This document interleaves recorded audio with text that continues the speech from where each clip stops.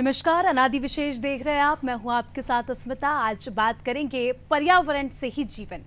इस बार विश्व पर्यावरण दिवस की थीम है जहरीले प्लास्टिक से बचें, प्लास्टिक के उपयोग को कम करें। भारत में विश्व पर्यावरण दिवस मिशन लाइफ पर केंद्रित है। लाइफ के साथ लक्ष्य है सिंगल यूज प्लास्टिक को कम करना, ऊर्जा संरक्षण, पानी बचाव, शाश्वत खाद्य प्रणाली को अपनाना, कचरे को कम करना, स्वास्थ्य जीवन शैली अपनाना और ई कचरे को कम करना। मध्य प्रदेश में इन सभी पायदान पर बेहतर काम हुआ है। प्रदेश में वर्ष 2021 में शुरू किए गए अंकुर अभियान के तहत 39 लाख से ज्यादा पौधे रोपे जा चुके हैं। मुख्यमंत्री शिवराज सिंह चौहान हर दिन एक पौधा लगा रहे हैं। भोपाल में राजा भोज हवाई अड्डे के पास 16 एकड़ में मानव निर्मित श्री राम वन तैयार किया जा रहा है। प्रधानमंत्री के आह्वान पर शुरू किए गए मिशन लाइफस्टाइल फॉर एनवायरमेंट के तहत पर्यावरण मंत्रालय ने देश भर में 1 लाख कार्यक्रम का लक्ष्य रखा है। इस लक्ष्य को अकेले मध्य प्रदेश ने पा लिया है, लेकिन उसके बाद भी सिंगल यूज प्लास्टिक सबसे बड़ा खतरा बना है। आज मिशन लाइफ पर बात करेंगे और सिंगल यूज प्लास्टिक को लेकर हालातों का जायजा लेंगे, लेकिन पहले देखते हैं रिपोर्ट।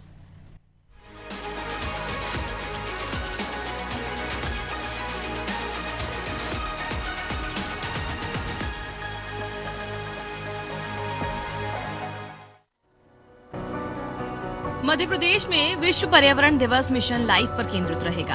केंद्रीय पर्यावरण, वन एवं जलवायु परिवर्तन मंत्रालय द्वारा मिशन लाइफ की 7 थीम सिंगल यूज प्लास्टिक को कम करना, ऊर्जा संरक्षण, पानी बचाव, शाश्वत खाद्य प्रणाली को अपनाना, कचरे को कम करना, स्वस्थ जीवन शैली अपनाना और ई कचरे को कम करना है। लेकिन दुनिया में जन जीवन सुरक्षित रहे, इसलिए जरूरत महसूस हुई विश्व पर्यावरण दिवस की।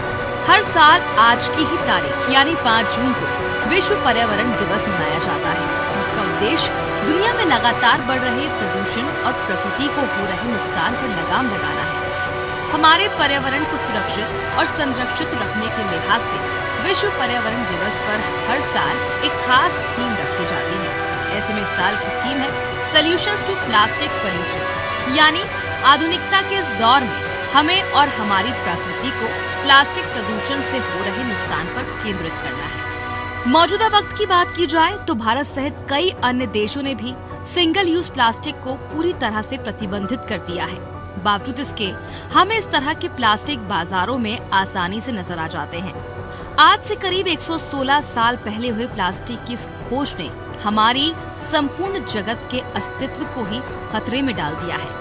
पूरी तरह से जीवाश्म ईंधन पर निर्भर प्लास्टिक के उत्पादन में कई तरह के नुकसानदायक पदार्थ मिलते हैं, जो हमारे और जनजीवन सहित पूरे पर्यावरण के लिए हानिकारक है। इस प्लास्टिक को हम कचरा समझकर कूड़े में फेंक देते हैं। असल में वही कूड़ा हमारे पर्यावरण को दूषित कर रहा है और हमें खतरे में डाल रहा है। हकीकत पर अगर गौर करें तो हम आज पूरी तरह से प्लास्टिक से घिरे हुए हैं। हमारे घरों में पानी की बोतल से लगाकर बाल्टी तक, ब्रश से लगाकर टूथपेस्ट तक, बाजारू चीजों से लगाकर घरेलू सामान तक, सब कुछ या तो प्लास्टिक से बना हुआ है या फिर उससे कवर है।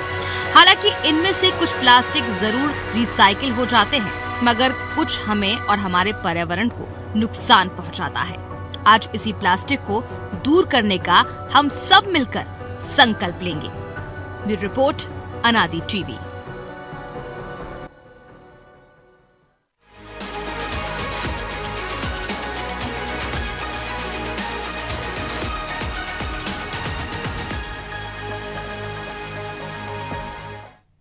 तो देखिए, प्लास्टिक का प्रकोप पूरी दुनिया ही देख रही है, इसीलिए इस बार की थीम जो है प्लास्टिक को लेकर ही रखी गई है। प्लास्टिक से छुटकारा पाने को लेकर इस बार की थीम लोगों को जागरूक करने का काम कर रही है। और ऐसे में अब हम कोशिश करेंगे अलग अलग शहरों से जानने की कि किस प्रकार से जो है व्यवस्था यहाँ पर की गई है और किस प्रकार से प्लास्टिक का आलम यहाँ पर देखा जा रहा है, कितना यूसेज यहाँ पर हो रहा है। और इसी के साथ हमें भोपाल से जानकारी देने के लिए हमारे साथ हमारे सहयोगी विवेक पांडे हमारे साथ जुड़ चुके हैं।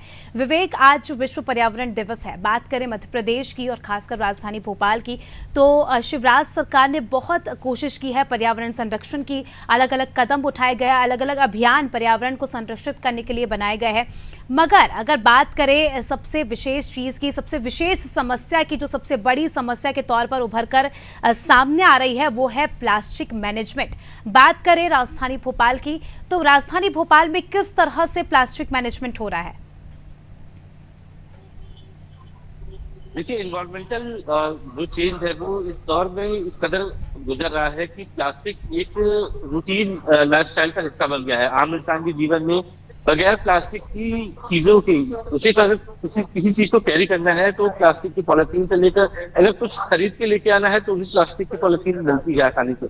ये एक सबसे बड़ा सवाल है, जबकि सिंगल यूज प्लास्टिक को ही लागू किया गया है और पिछले दिनों इसी कार्रवाई को ध्यान में रखते हुए राजधानी से 2 से अधिक कैरी बैग यानी पॉलिथीन के कैरी बैग को जब्त किया गया और उसके खिलाफ कार्रवाई की गई। लिहाजा ऐसी कार्रवाई आए दिन देखने के लिए मिलती है, लेकिन आसानी से पॉलिथीन का इस्तेमाल लोग करते हैं। और अब ये गाइडलाइन जरूर कर दी गई है कि जो पेपर बैग्स है उनका इस्तेमाल किया जाए, इसके अलावा झोले के बैग जो कपड़े से बने होते हैं उनका इस्तेमाल किया जाए, लेकिन अब भी प्लास्टिक का इस्तेमाल बड़े पैमाने पे हो रहा है। आखिर इस प्लास्टिक आता कहाँ से है, ये एक प्रशासन के लिए बड़ी चुनौती है, क्योंकि कालाबाजारी करने वाले आसानी से इन प्लास्टिक को जमा करके और आसानी से ब्लैक मार्केट में बेचते हैं। लेकिन सबसे बड़ा सवाल है कि इस प्लास्टिक से निजात कैसे मिलेगी। एक प्लास्टिक के इस्तेमाल की बजाय हम इसका सब्स्टिट्यूट क्यों नहीं खोजते हैं। अगर सब्स्टिट्यूट रहेगा तो प्लास्टिक से लोग दूर रहेंगे और प्लास्टिक की कभी भी आ सकती है। लेकिन जिस तरीके से प्लास्टिक ने आम इंसान के जीवन में जगह बनाई है, यहाँ तक कि जो पहले एल्यूमिनियम या लोहे या फिर स्टील की बाल्टियां होती थी, अब लोग प्लास्टिक की बाल्टियों पर निर्भर है। इस तरीके के ऐसे घरेलू जो सामान है जिनमें प्लास्टिक का इस्तेमाल होता है, उनके सब्स्टिट्यूट ढूंढने की जरूरत है, जिससे कि एक विजन बने इन्वायरमेंट को साफ करने के लिए, क्योंकि पॉल्यूशन में सबसे ज्यादा हिस्सेदारी प्लास्टिक की होती है। प्लास्टिक को रिसाइकिल करने के बाद भी प्लास्टिक का स्वरूप बदलता है, लेकिन प्लास्टिक खत्म नहीं होता। ये सबसे बड़ा एक शोध का कारण है कि प्लास्टिक आखिर खत्म क्यों नहीं होता। यहाँ तक कि प्लास्टिक को कमजोर करने के लिए और इन्वायरमेंट को बचाने के लिए भोपाल में प्लास्टिक की सड़कें तक बनाई गई, जिससे कि प्लास्टिक के जो रिसाइकल के से जुड़ने वाली चीजें हैं उन पे सबसे ज्यादा फोकस किया जाए।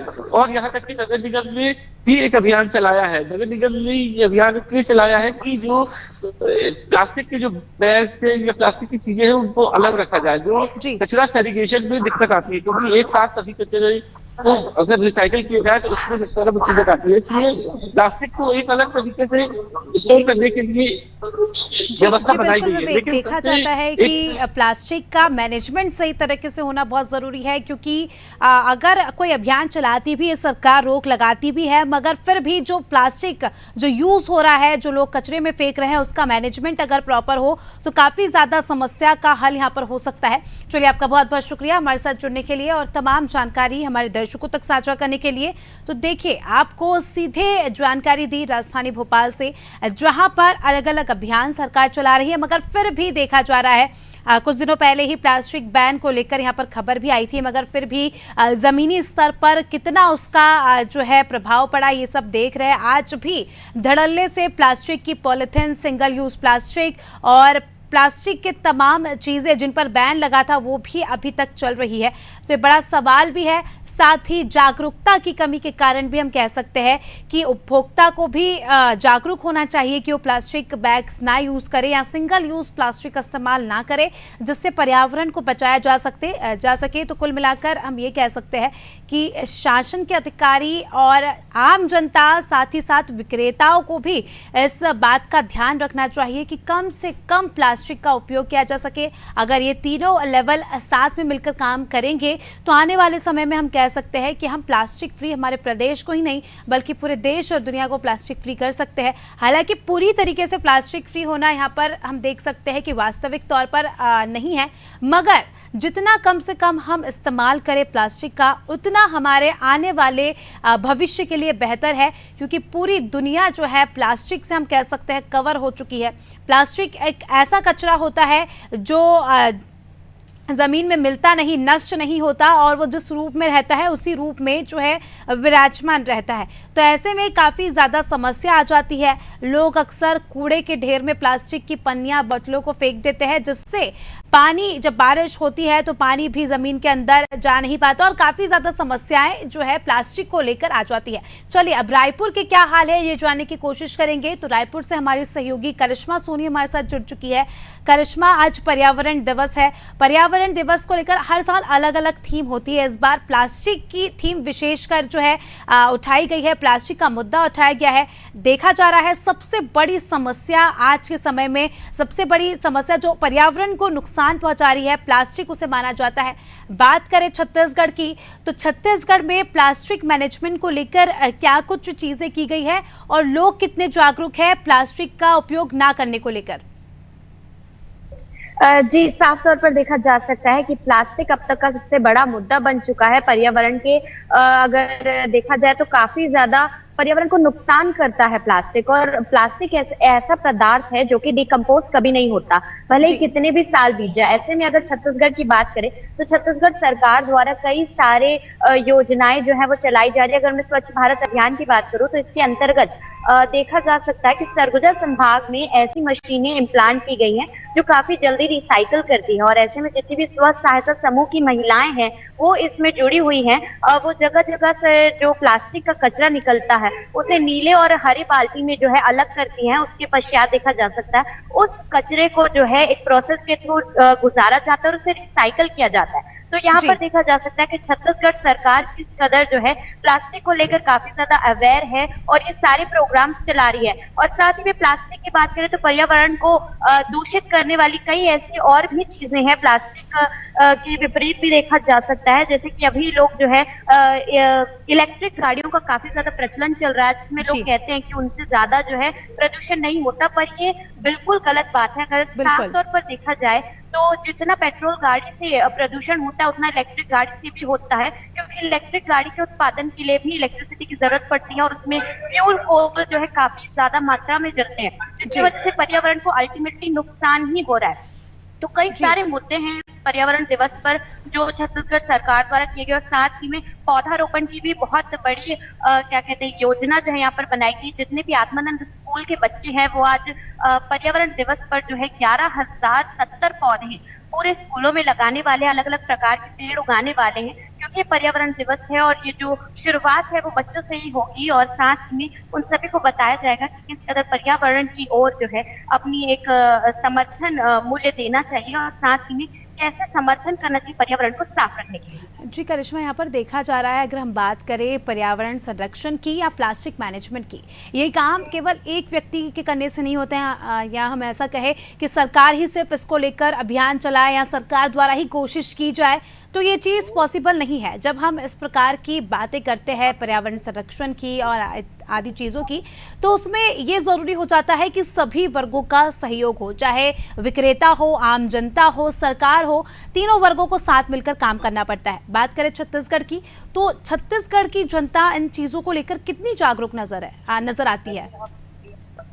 साफ तौर पर देखा जाए तो आज भी जनता उतनी ज्यादा जागरूक नहीं नजर आती है प्लास्टिक को लेकर के। जैसा कि हम देखते हैं सड़कों पर लोग जो है पानी की बोतलें पीकर जो खाली बॉटल्स होती हैं अलग अलग ब्रांड्स की उसे फेंक देते हैं, और साथ ही में पॉलिथीन का इस्तेमाल भी जो है छत्तीसगढ़ में बैन किया गया था, लेकिन अब फिर से देखा जा सकता है कि फिर से पॉलिथीन जो है वो कहीं ना कहीं धीरे धीरे कर अवैध तरीके से बेची जा रही है। और साथ ही में लोग ही उतने जागरूक नहीं है कि वो घर से निकलते हैं तो जो जूट का थैला होता है या फिर हम जानते हैं कि जो अन्य प्रकार के घर से बने हुए कपड़े से बने हुए थैले होते हैं उनका इस्तेमाल ना कर वो बाहर ऐसे ही चले जाते हैं, जिसकी वजह से ये जो प्लास्टिक की बिक्री है वो आम जनता की वजह से ही ज्यादा बढ़ती जा रही है। और हम जानते हैं कि प्लास्टिक जो है काफी ज्यादा टाइम लेता है और वो रिसाइकल होने में भी टाइम लेता है और डिकम्पोज तो वो होता ही नहीं है। तो इससे देखा जा सकता है कि जमीन में जब वो प्लास्टिक थैलियां मिलती हैं और उससे हमारे पशुओं को भी काफी ज्यादा नुकसान होता है। जैसा कि हम जानते हैं गाय बैल जो होते हैं वो किसी भी तरीके से अगर इसका सेवन कर लेते हैं तो उनके बॉडी पर भी देखा जा सकता है कितने ज्यादा हानिकारक केमिकल्स के रिएक्शंस की वजह से उन्हें भी काफी गंभीर बीमारियां हो जाती हैं। तो आज के डेट में देखा जाए तो लोग उतने जागरूक नहीं हैं, लेकिन सरकार लगातार कैंपेन चला रही है लोगों को जागरूक कर रही है। जी बिल्कुल, सरकार अपना काम यहाँ पर बाकायदा कर रही है। अब ज़रूरत है लोगों को भी जागरूक होने की, क्योंकि कहीं ना कहीं अगर इसका कोई दुष्परिणाम होता है तो सबको जो है बराबरी से भुगतना पड़ेगा। ऐसा नहीं है कि एक वर्ग छूट जाएगा और दूसरे वर्ग को इसका नुकसान भुगतना पड़ेगा। हर वर्ग को कहीं ना कहीं ये इक्वली प्रभावित करेगा और आने वाले समय में काफ़ी ज़्यादा समस्या इस प्लास्टिक को लेकर बढ़ सकती है। चलिए, आपका बहुत बहुत शुक्रिया हमारे साथ जुड़ने के लिए और तमाम जानकारी हमारे दर्शकों तक साझा करने के लिए। तो देखिए, हालात बात हमने भोपाल की भी की, छत्तीसगढ़ की भी की, हालात लगभग यहाँ पर एक जैसे ही नजर आ रहे हैं। प्लास्टिक को लेकर लोगों में अभी भी कोई जागरूकता नहीं है। इस बात का अंदाजा हम यहीं से लगा सकते हैं कि सुबह उठने से लेकर रात के सोने तक हम जितनी भी चीज़ों का इस्तेमाल करते हैं, जो भी चीज़ हम बाहर से लाते हैं, चाहे वो बेसिक चीज़ें क्यों ना हो, हम सब्जी लाते हैं, दूध का पैकेट लाते हैं, सभी चीज़ या तो प्लास्टिक के डब्बे में होती है या प्लास्टिक से कवर्ड होती है। तो ऐसे में देख सकते हैं हम कि हम एक सिंगल कस्टमर की नज़र से देखें या सिंगल उपभोक्ता की नज़र से हम देखें तो हम इतना प्लास्टिक यूज़ करते हैं, तो पूरी दुनिया भर में कितना प्लास्टिक जो है रोज़ उपयोग होता होगा, कितना प्लास्टिक रोज़ बनता होगा, तो काफ़ी ज़्यादा चिंता का विषय ये है बन गया है। और आने वाले समय में इसके क्या नुकसान हो सकते हैं और इससे हम कैसे बच सकते हैं, सभी बातों की जानकारी देने के लिए हमारे साथ अजय दुबे जी जुड़ चुके हैं, जो पर्यावरण विशेषज्ञ है। अजय जी, बहुत बहुत स्वागत है आपका हमारे चैनल में। अजय जी, देखा जा रहा है प्लास्टिक एक बहुत बड़ी समस्या यहाँ पर बन गया है। प्लास्टिक जिस तरह से जो है प्लास्टिक का उपयोग धड़ल्ले से हो रहा है, यानी जैसे कि मैंने अभी भी कहा कि सुबह उठने से लेकर रात के सोने तक हम जो भी चीज़ें इस्तेमाल करते हैं ज़्यादातर वो प्लास्टिक की ही होती है। तो ऐसे में हम क्या क्या कह सकते हैं कि आने वाले समय में इसके क्या दुष्परिणाम हमें देखने को मिलेंगे और किस तरह से हम इस प्लास्टिक से बच सकते हैं? देखिए अस्मिता जी, जो इस बार का वर्ल्ड एनवायरनमेंट डे है उस पर प्लास्टिक कचरे की बात की गई है और मैं अभी आपके रायपुर करेस्पॉन्डेंट करिश्मा सोनी को भी सुन रहा था। अनाजी टीवी को धन्यवाद कि पर्यावरण पे आप लोगों ने इस कार्यक्रम को रखा। देखिए, प्लास्टिक पे आम नागरिक और सरकार का जो रोल है, हम थोड़ा बारीकी से यदि देखें तो प्लास्टिक जहर है, ये पिछले 15-20 साल से अब जनमानस को पता है। जागरूकता पर्याप्त है। समस्या कहाँ जनरेट हो रही है कि सरकार कानून बना रही है कि हम सिंगल यूज प्लास्टिक को बैन कर देंगे, हम प्लास्टिक का यूज नहीं करेंगे, हम एनवायरमेंट फ्रेंडली प्रोडक्ट्स यूज करेंगे। मुद्दा इस चीज का है कि जो सिंगल यूज प्लास्टिक जो बहुतायत में बड़े पैमाने पे यूज हो रही है, इसका प्रोडक्शन सरकार रोक क्यों नहीं रही है? एक अवैध पॉलिथीन का, एक प्लास्टिक प्रोडक्ट का यदि प्रोडक्शन हो रहा है इंडस्ट्रीज में, तो उसको रोकने के लिए जो इंडस्ट्रीज डिपार्टमेंट हैं, जो डिस्ट्रिक्ट एडमिनिस्ट्रेशन है, वो क्या कर रहा है? ये बहुत बड़े पैमाने पे करोड़ों का कारोबार है। यदि हम प्लास्टिक को केवल एक दिन विरोध करें और हम उसका अवैध निर्माण न रोक सके, तो मार्केट में जो आम आदमी है वो यदि उसको खरीद रहा है तो उसका दोष कहाँ से है? क्यों? क्योंकि आपने अवैध कारोबार को संरक्षण दिया। प्लास्टिक पूरे सब्जी मार्केट में आप कहीं भी जाइए बहुत बड़ी संख्या में, क्योंकि ये बहुत सस्ता पड़ता है। आप जो एनवायरमेंट फ्रेंडली जो प्रोडक्ट यूज करते हैं, झोला है, जूट बैग के जो भी यूज करते हैं, वो थोड़ा महंगा है। दूसरा प्रश्न ये है कि अवैध यदि पॉलिथीन शहर में आखिर आती कैसे है? पुलिस और ट्रांसपोर्ट, ये सब विभाग उस पे रोकथाम करें। मुझे लगता है जो प्लास्टिक के जो प्रदूषण जो बढ़ रहा है, इससे जो केवल इंसान नहीं, जीव जंतु को भी समस्या है। बिल्कुल। इवन मैंने तो कई वाइल्ड लाइफ एरिया में देखा है कि जो वाइल्ड लाइफ एनिमल्स है उनको भी मैंने प्लास्टिक की बॉटल्स लेके पकड़े हुए बैठे देखा है, तो ये उनके लिए भी खतरा है। तो यदि हम देखते हैं तो सरकार का जो भी प्रोटेक्शन जो लेवल है, जो सरकार को पर्यावरण बचाना है, उसके स्तर पर जो कार्रवाई होनी चाहिए उसमें कमी है। आम आदमी को यदि देखना चाहिए तो वो 3R को यूज करे कि पहला तो वो रिफ्यूज करे प्लास्टिक को, यदि उसके पास कोई प्लास्टिक है तो उसको रिसाइकल करने के लिए वो दे दे, और यदि कोई लीगल कोई उसके पास प्लास्टिक पॉलिथीन है तो उसको मतलब रीयूज करे, उसको बार बार उपयोग करे, जिससे कि वो कचरा ज्यादा बढ़े ना। जी बिल्कुल अजय जी, देखा जाता है कि बचपन से ही ये 3R के बारे में पढ़ाया जाता है स्कूलों में भी, मगर फिर भी कहीं ना कहीं देखा जाता है कि जागरूकता की कमी फिर भी लगती है। लोगों का कहना ये होता है कि अब प्लास्टिक नहीं तो उसकी जगह हम क्या यूज़ करें। जैसे कि बैन किया था पॉलीथीन्स पे भी, मगर फिर भी प्रॉपर सब्स्टिट्यूट मार्केट में अवेलेबल नहीं हुआ, तो फिर से जो है प्लास्टिक का काम शुरू हो गया और लोग प्लास्टिक का उपयोग करने लग गए। अजय जी, मैं आपसे जानना चाहूँगी कि अगर प्लास्टिक पर पूरी तरीके से बैन लगा दिया जाता है तो किफ़ायती दामों में और प्लास्टिक की तरह ही चलने वाला ऐसा कोई इसका सब्स्टिट्यूट आने वाले समय में हम देख सकते हैं जिसका उपयोग कर सके और जिससे बढ़ावा देना चाहिए, जिससे पर्यावरण भी संरक्षित रहे और लोगों को काफी ज़्यादा परेशानी भी ना हो? देखिए, हम लोग के पास ऐसे संसाधन हैं और जो सब्स्टिट्यूट जो एनवायरनमेंट फ्रेंडली बैग हैं, जूट का प्रोडक्शन है, आपका जो बांस के प्रोडक्शन से हैं, बहुत सारे विकल्प हैं और इको फ्रेंडली बैग्स बन रहे हैं। जरूरत है कि जो इस क्षेत्र में आपदा है, जो ये प्रदूषण की, इसको हम अवसर में बदल दें।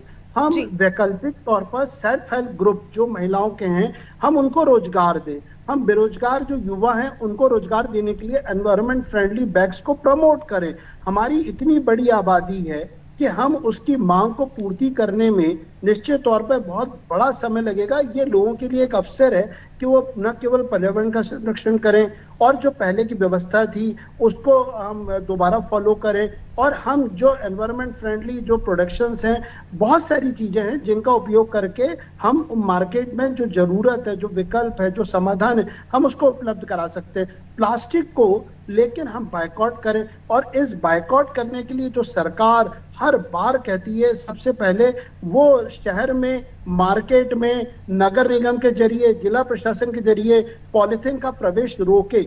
जब तक पॉलिथीन नहीं रुकेगी तब तक अन्य वैकल्पिक जो संसाधन है उनको पर्याप्त स्थान नहीं मिलेगा। जी बिल्कुल अजय जी, आखिरी में मैं आपसे कहना चाहूँगी, आप पर्यावरणविद हैं, आपने पर्यावरण को काफ़ी अच्छे से स्टडी किया है, जाना है। ऐसे में आज पर्यावरण दिवस के अवसर पर आप हमारे दर्शकों को कुछ संदेश देना चाहे या कुछ टिप्स देना चाहे जिससे वो अपने लेवल पर पर्यावरण का संरक्षण कर सके, अपने लेवल पर पर्यावरण के लिए कुछ काम कर सके, ऐसे कुछ लफ्ज़ आप हमारे दर्शकों तक पहुँचाना चाहे या कहना चाहे, कोई संदेश देना चाहे? मैं ये कहना चाहूंगा कि जो नियम पर्यावरण को बचाने के लिए बहुत सारे हैं, लेकिन नीयत की कमी है। तो आम नागरिक कुछ छोटी छोटी चीजें करें कि कहीं भी यदि उसके आसपास यदि पेड़ कट रहा हो, पेड़ को यदि कोई क्षतिग्रस्त कर रहा हो, तो वह नगर निगम का जो आयुक्त होता है शहरी क्षेत्र में, वो ट्री अथॉरिटी होता है। तो आप किसी भी पेड़ को बचाने के लिए केवल एक नंबर डायल करें जो नगर निगम का हेल्पलाइन होता है अपने शहरों में। वो पेड़ आप यदि बचाते हैं तो आपकी बहुत ज्यादा कीमती योगदान होगा, क्योंकि नए वृक्ष लगाने में उसको 20 साल लगेंगे बड़ा होने में, और जिससे कि वो ऑक्सीजन दे। दूसरा, आप हो सके तो पैदल थोड़ा चलें, थोड़ा साइकिल का उपयोग करें। दोबारा वो वक्त आए जिसमें कि लोग साइकिल को उपयोग करने में कोई शर्म या हिचक नहीं होती है, और यदि हो सके तो जो पब्लिक ट्रांसपोर्ट है उसका उपयोग करें। ये छोटी सी कुछ 2-4 बातें हैं, वो निश्चित। और प्लास्टिक की जो भी चीजें उसको ना करें, क्योंकि ये केवल पर्यावरण के लिए घातक नहीं होता, बल्कि ये तो मनुष्य के स्वास्थ्य के लिए भी घातक है। तो 3-4 बिंदु हैं, उन पर यदि व्यक्ति फोकस करे, अपनी नई पीढ़ी, बच्चों को शुरू से यदि एनवायरनमेंट फ्रेंडली एम्बियंस माहौल देना चाहे तो वो बेहतर होगा। जी चलिए, बहुत बहुत शुक्रिया अजय जी। उम्मीद है दर्शकों को आपके लफ्ज़ जो है ज़रूर समझ आए होंगे, और हमारी भी ये उम्मीद है कि आज से हम ये प्रण लें कि प्लास्टिक का जितना हो सके कम इस्तेमाल करें, क्योंकि अभी ये समस्या उभरी है। अभी हम इसे कंट्रोल कर लेंगे तो हम आने वाली जनरेशन के लिए हमारा जो पर्यावरण है वो संरक्षित करके रख सकते हैं, क्योंकि कोई भी समस्या इतनी बड़ी नहीं होती जिसका निराकरण ना हो सके, और समय पर अगर निराकरण हो जाए तो वो समस्या नहीं रहती। इसी संदेश के साथ आज के इस खास पेशकश में इतना ही। दीजिए हमें इजाजत। नमस्कार।